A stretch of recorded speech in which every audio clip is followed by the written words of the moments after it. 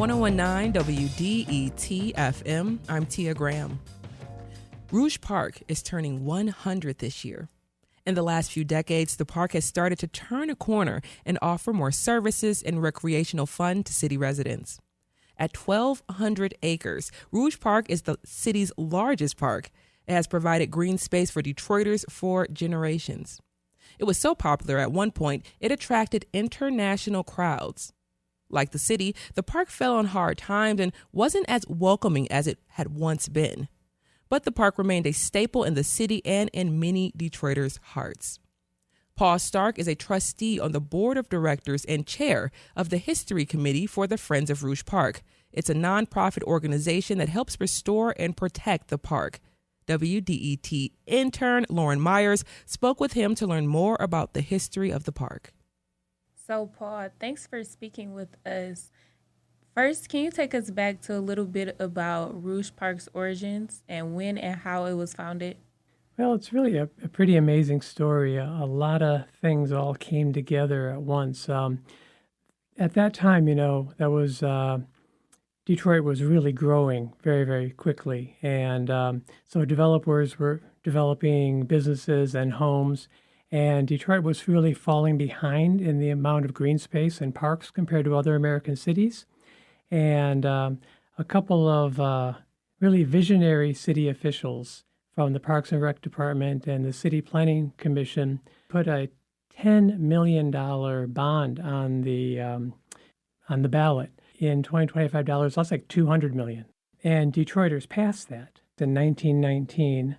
A couple of these visionaries from the Parks Department and the Planning Commission had the dream of creating two huge new parks, one on the east side, one on the west side. And they picked what they believe was the most beautiful area in Wayne County, which certainly is, these 2.5 miles along the Rouge River on the far west side, which at the time was in Dearborn Township and Redford Township, outside of the city limits of Detroit. So they were really thinking far ahead. They were thinking the city is going to grow over the decades, and eventually the city will envelop this park. You said Rouge Park was originally outside the city. The park was founded when Detroit was a fraction of its size that it is now. Can you explain how that was possible and how the city expanded? So as the city was growing, the city was continually passing a whole series of annexations, increasing the size of Detroit. April of 1925, that's when the vote happened that took all the land from right around, I'm thinking Livernois, Wyoming, perhaps, all the way to the current city limits, and from about where I-96 is today, south. And then another one happened going north up to 8 Mile right after that. So if the park was originally outside the city, who would typically use it? Well, what's interesting is that only about 15% of Detroiters owned cars at that time when the park opened. And so the city built a streetcar line along Warren Avenue. And then a little later, they built a trolley on Plymouth to get to the park. So that's how Detroiters really got to the park at that time, because it was so far outside the city. One thing that's really interesting is that in the 30s and 40s, the park wasn't really considered a city neighborhood park. It was really a rural park. And at that time, this was the same time as the Great Migration of African Americans from the south to the north. And as you can imagine, most of the parks in white neighborhoods were not welcoming. And so Rouge Park really became a really popular spot for Black social clubs, church, Sunday school picnics, church organizations, and so you look at the newspapers of the time, like the Detroit Tribune, Michigan Chronicle, they're just full of so many events happening in Rouge Park at that time. What other events took place at Rouge Park during its heyday? I've read about a soapbox derby and the Olympic trials. Well, the soapbox derby first happened in 1935. And unfortunately, the way it was back then, they only allowed boys. So it was basically a challenge where they would produce the car from scratch. They couldn't buy any pre-made parts. That's where the soapbox name came from. They would use old soapboxes. They built a big ramp at the top of Derby Hill, which is at today at Sawyer and Spinoza, and they would basically let the car go, and just by gravity they would race. And so the very first year on Derby Hill there, it brought over 10,000 spectators, and every year, sometimes as many as 15,000 would congregate there on Derby Hill every year. So that was really an institution in the park. And what about the pools? They have a pretty significant history, don't they? Well, the pools have been just amazingly popular. Most people know just the fact about the U.S. Olympic tryouts being held there in 1948. Most people don't know they were also held there in 1956 and again in 1960. Also, the International Water Polo Championship was held there, people all over the world. And annually, there were swim competitions all over the city, and the championships were always held at Brennan Pools. What a roller coaster ride the history of Rouge Park is. Rouge Park went from being the most popular park. I mean, the attendance at the park is where the city held its firework displays, and there are articles about how in summer days people would get there at 8 o'clock because every piece of grass was taken by picnickers. And you know how big Rouge Park is. Imagine Rouge Park being filled. Many events, 50,000, 100,000 are common. And back in the 30s, 40s, 50s, 60s, there was no one in Detroit who didn't know Rouge Park. Rouge Park was the quintessential Detroit park. Wow, 100,000 people, that's a lot. Absolutely. Yeah, but that's what Rouge Park was for that generation. And a whole generation sort of lost that special park we have. This park went from being so popular to be the most forgotten park in America. We hear a lot of stories about how the park became unsafe as the city fell on hard times. Can you shed some light on that? What was going on back then? Well, as we know, Detroit went through a crisis of loss of population starting in the 50s, then rapidly declining through almost till today. And so, of course, the people who were leaving Detroit were people by far and away with the most money, leaving Detroit with just as many parks to maintain, just as many roads to maintain, just as many city services, but not the tax base needed. So obviously, police and fire and other services had to be cut drastically. And so parks naturally took the biggest hit. When I moved here in 87, I watched over the years where the city would come and just pull out playgrounds, pull out picnic shelters, pull out things, take out the 4 bathroom buildings that used to be throughout the park, just beautiful old buildings. And it was in 2002 where a bunch of community organization people such as myself got together and said, hey, let's form a group and let's try to draw some attention. We've got to get this park going again. 2002 was the year the Friends of Rouge Park nonprofit was founded. Paul Stark is a trustee on the board of directors for the Friends of Rouge Park. He spoke with Metro's Lauren Myers.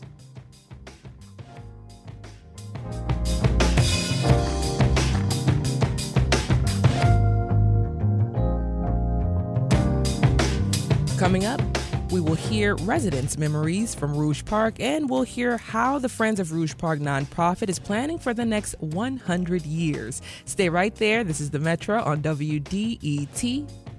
We'll be right back.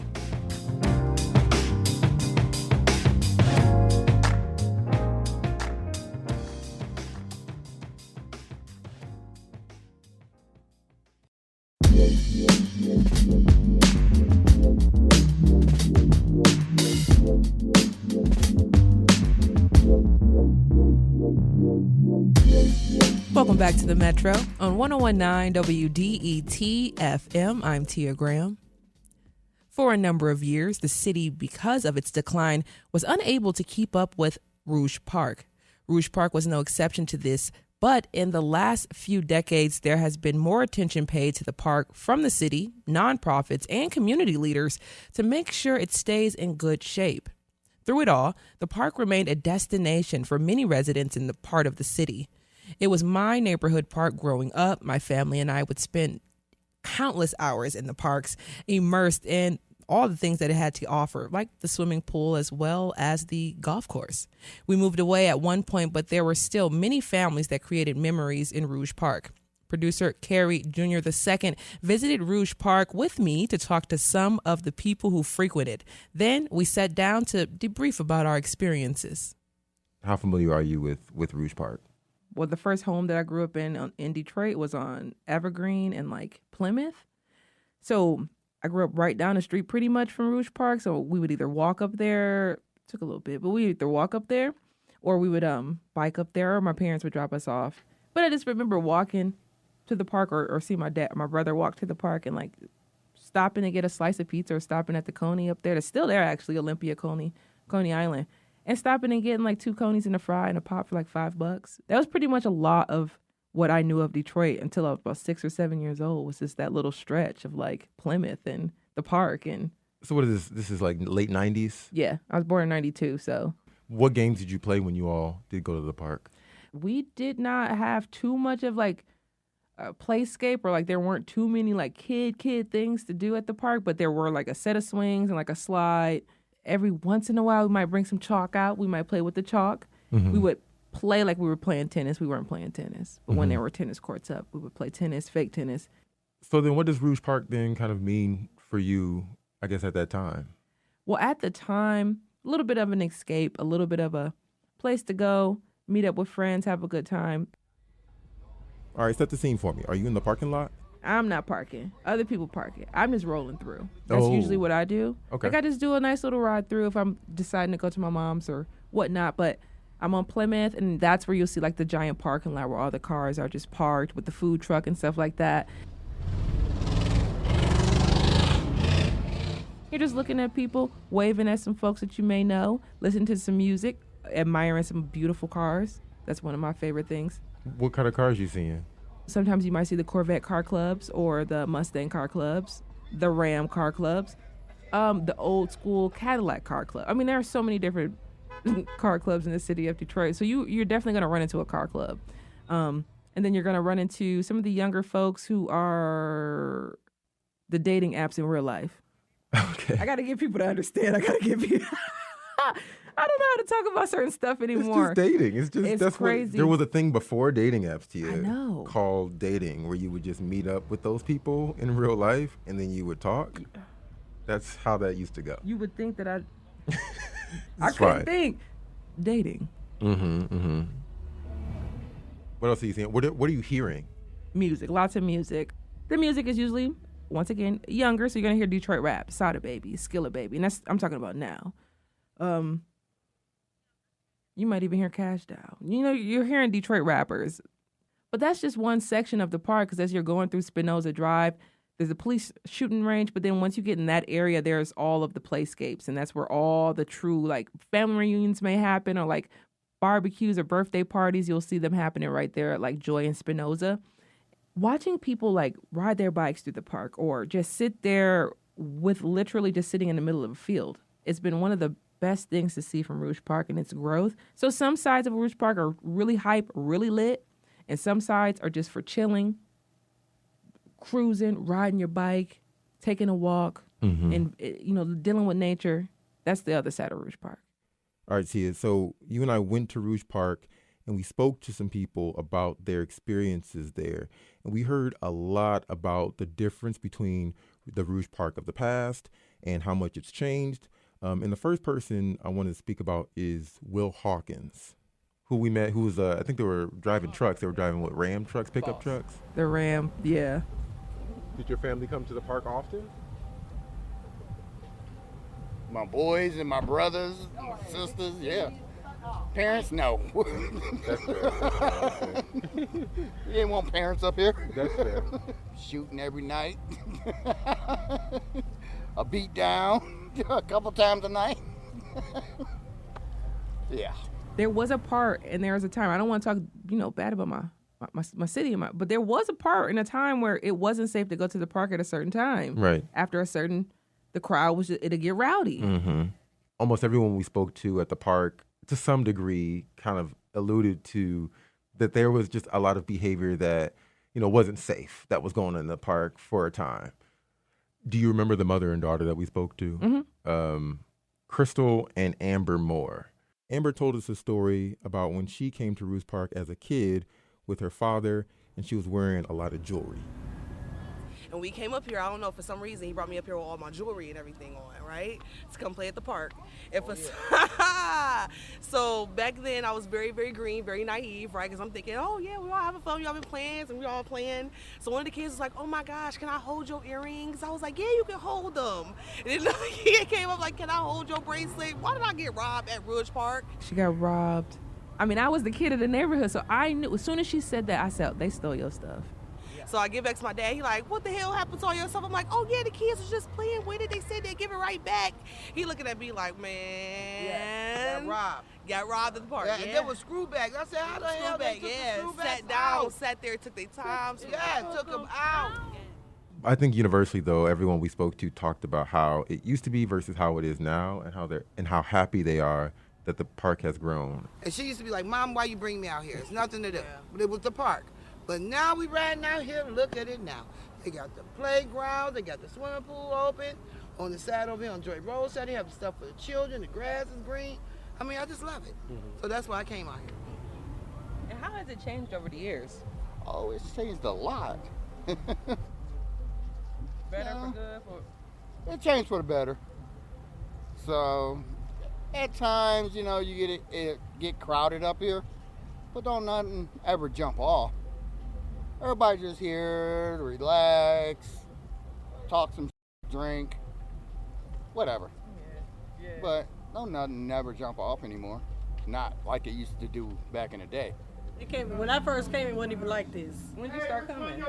About 30-something years ago. The Burgundy part. Well, I say, it came a long way. It's beautiful. Mm-hmm. So, Tia, do you have any future expectations for Rouge Park now that it has more potential to be an entertainment place for families and all types of folks in the city? It could be a beautiful space for community sports growth. So like tennis, for example, we can get a lot more Black young tennis stars. Same thing with golf. We have that golf course right there. We can get a lot more golf programs for young Black and brown kids. So many kids I know, including myself, I can't swim. My nieces can't swim. Mm-hmm. You know what I'm saying? Like, there's a need for all the things that Rouge Park has to offer, and I think if I'm really excited to see where it goes, and I'm excited that it's inclusive, that it's inclusive while it's growing.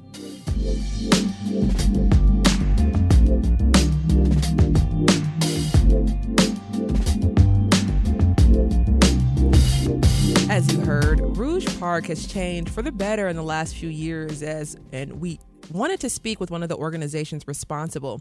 Friends of Rouge Park is a nonprofit founded in 2002 that helps maintain the green space at Rouge Park. And this week they are hosting a celebration for the park's 100th year. Joining us now is Lindsay Pielack, the executive director of the organization, and land steward Antonio Cosme is also here to join us. Lindsay, Antonio, welcome to the Metro. Thank you. Thank you for having us. Howdy. Hello. So jumping right into things, 100 years, which is an amazing feat to think about for any park. It's the largest park in the city of Detroit. Lindsay, I wanted to understand the organizational structure of the park, as I do understand your organization partners with the city's Parks and Recreation Department. What is your organization responsible for within the park, and what does the city handle? Sure. So Friends of Rouge Park is a nonprofit organization, and of course the city of Detroit owns the park, and we are a Friends of Park organization that adopts the park through the city's process. So we, like many other residents in the city, really care for our parks, and so we are the official Adopt a Park steward that helps the city to program and steward and care for the park. And Lindsay, sticking with you for a moment, you're a native. You grew up in the Rosedale Park area, so not too far off of Rouge Park, right off of like Outer Drive in that area. So you're very familiar with it. Can you talk about just what it meant to you? Rouge Park has meant to you throughout the years. Sure. So yes, I grew up in North Rosedale Park, and I think my strongest memory of the park is I used to take ballet at Telegraph and Joy Road, and I used to drive through the park on the way there, and that was the fun route to go. So growing up and being able to drive through the area that's so beautiful on the way there, and I have one very strong memory of going to Brennan Pool as a child as well. Joy and Telegraph is actually, my mom lives in that area right now. So I frequented often, stayed in that area often. So as soon as you said that, I said, oh my gosh, there was a ballet a long time ago, but it's since gone now, but I remember it. Yeah. Thank you for that memory. But Antonio, bringing you into the conversation now, just talking about the expansion and the growth of the park and its green space itself. I mean, you talked about it before, but can you talk about what has gone into making sure that the land and the green space has come back, especially the butterfly garden? Yeah, so the city does so much for us, cutting the grass and helping maintain. If a tree falls on the pathway, the city's going to come and take care of it. They pick up the trash and really help keep the park nice. And they've done such a better job in the last couple of years. So there's been a big reinvestment. The city relocated its work crews into Rouge Park now as well. So we have like the regional work crews right there in Rouge Park. But that's kind of like the extent of the work they do. In terms of ecological restoration, land stewardship, that falls on Friends of Rouge Park. Yeah. So we manage invasive species and build trails and do that type of work in the park. Yes. And Antonio, just sticking with you for a little bit, when we think about just what we're seeing right now in terms of the growth of Rouge Park and everything, of course, the green spaces, can you talk about what it means to you to see some of the growth and it's already been an amazing growth happening in Rouge Park. So can you talk about how it feels to see the work that you've put in the park? Yeah, I love being out there with young people. I mean, this morning, for instance, I've been working with a group from the Green Door Initiative and helping them discover, so commonly young people, they know about, brands. We can identify every brand by its logo, but people don't know native tree species. So we're just like in the park, getting our hands dirty. And like, for instance, we were busting open a new trail into this pawpaw section of the woods. And these kids are all learning about pawpaws. They've never eaten pawpaws. We just planted 20 pawpaw trees in the spring. So we want that to be something that like they'll be with them forever. They helped break open a brand new trail, the restoration of this Mayangan Wildwood Trail area. And introducing them to new species, having them discover new things. That's definitely my favorite part of the work. Is just like being there with people. Can you describe pawpaw? Yeah, a pawpaw is the largest native fruit. It's kind of like a banana, mango, tropical thing. It's related to, in the Puerto Rico, they call the guanabana or the soursop. It's in that family. Nice. Okay, that's really dope to know that you just planted 20 of those trees. That's amazing. Okay, so Lindsay, bringing you back into the conversation, talk about the origins of Friends of Rouge Park, if you can, in 2002. What were the initial goals of the organization?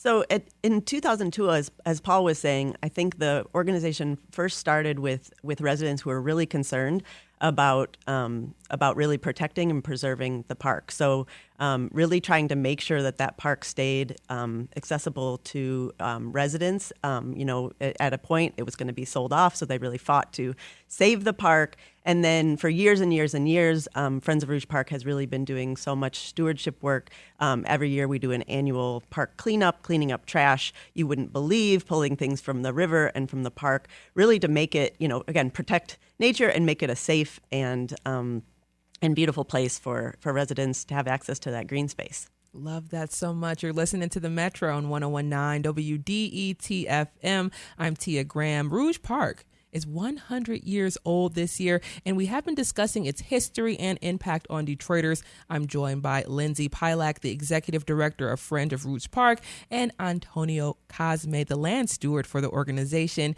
Now, Antonio, what challenges have you all faced in engaging with the community, and how have you overcome them? You were just talking about an event with the pawpaw tree, so how have you been able to engage with the community? Yeah, I mean, as far as challenges go, I think people are generally really grateful that we're out there doing the work. I haven't really experienced much negativity. I mean, the hardest things are to see is like illegal dumping, and that's like you come up and you do so much work in the park and you come up on a pile of like, trash that somebody dumped that was clearly from a construction site or a roofing job or a tire business. But like we make do, like we use the Improved Detroit app to tell the city, and the city generally responds rather rapidly. And that's something any citizen can do. Anytime there's illegal dumping in the city, you can use that Improve Detroit app to make a difference. But generally speaking, people have been just so happy to see the park being cared for, the park being managed. We've done some controlled burns in the park. People are very curious. DSWD just put in a huge water catchment system in the park. That's like a really interesting and dynamic difference. So there's so much happening in the park. There's all these like concerts and events and yoga classes and lacrosse happening now, soccer. It's just like there's just so much activity.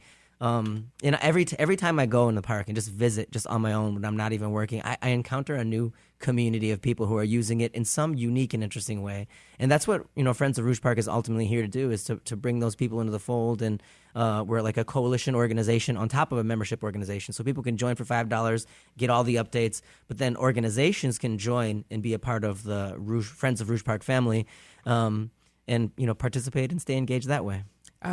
Just like you, just driving through the park and seeing the new, just the way that the park is being activated now. Like I said, driving through a few years ago, I was absolutely astonished seeing little kids playing soccer.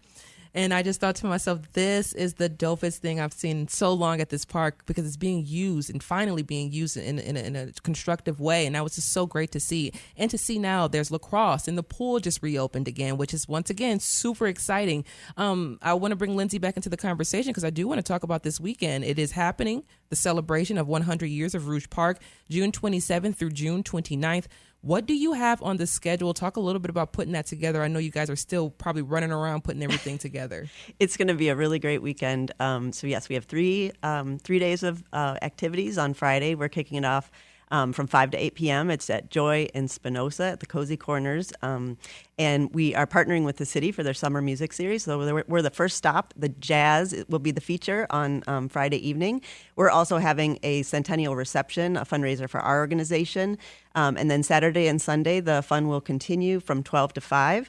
And that will be a mix of music, all sorts of great artists coming through. Sunday, we have Rhythm and Rouge, which is a lot of local young artists bringing some sounds to the park. There'll also be a carnival. There'll be food trucks, a community resource tent. And also, if you want to learn more about Paul, about the history, we'll also have a great slideshow with all the history of the park, which I've been following along online on your social media page with the slideshow and learning more about Rouge Park and its history, and just finding out so many unique usages of the park, or what it was going to be, or some of the things that didn't. It was just such a rich history, and you would expect nothing less from 100 years of existence within the city of Detroit. But Lindsay, when we talk about some of those events that we're seeing, how are you going to connect those to the rest of the summer? Because I know this is probably just the beginning of your summer.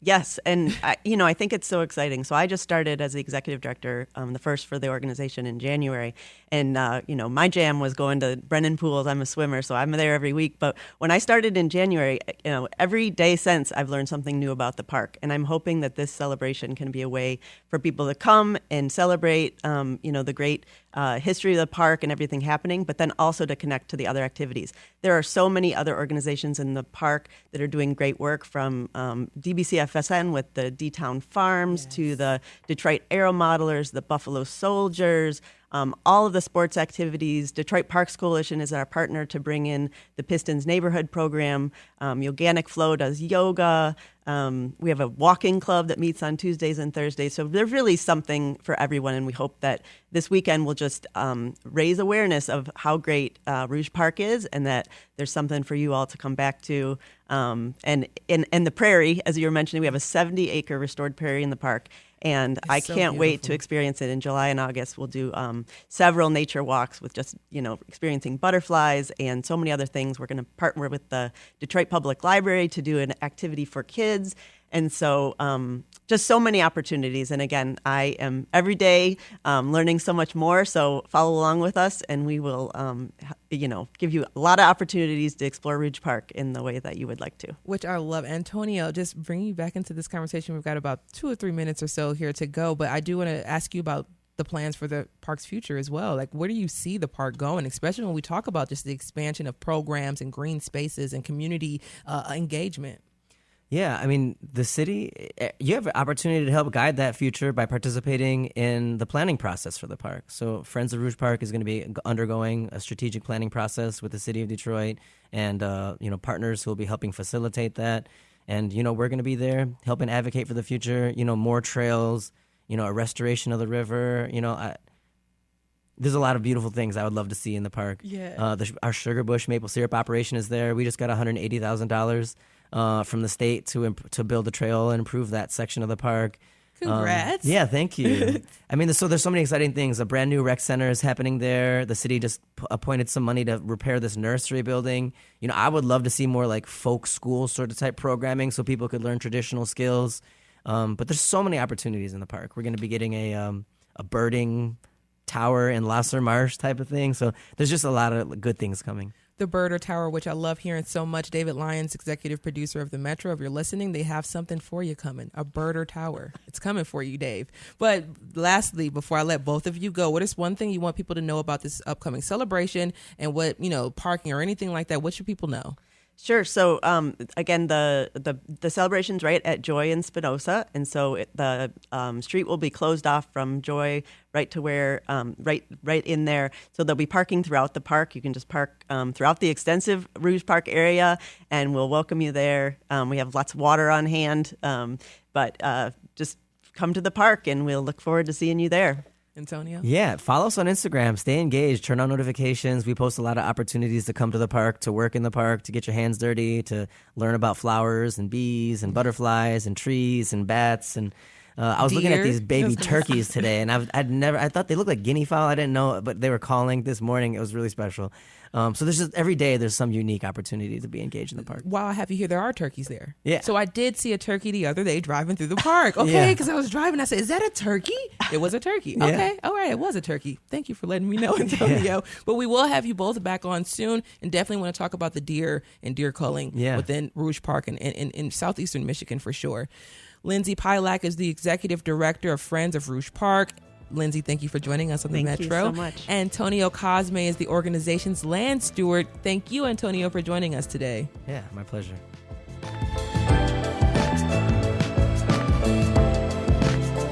The Metro is hosted by Robin Vincent and myself, Tia Graham, and produced by Sam Corey, Cary Jr. II, and Jack Philbrandt. Our engineer is Nate Bender, and our senior producer is David Lyons. The Metro is a production of WDET, a listener-supported service of Wayne State University. And this is WDET FM, Detroit Public Radio, your connection to news, music, and conversation. Have a good one.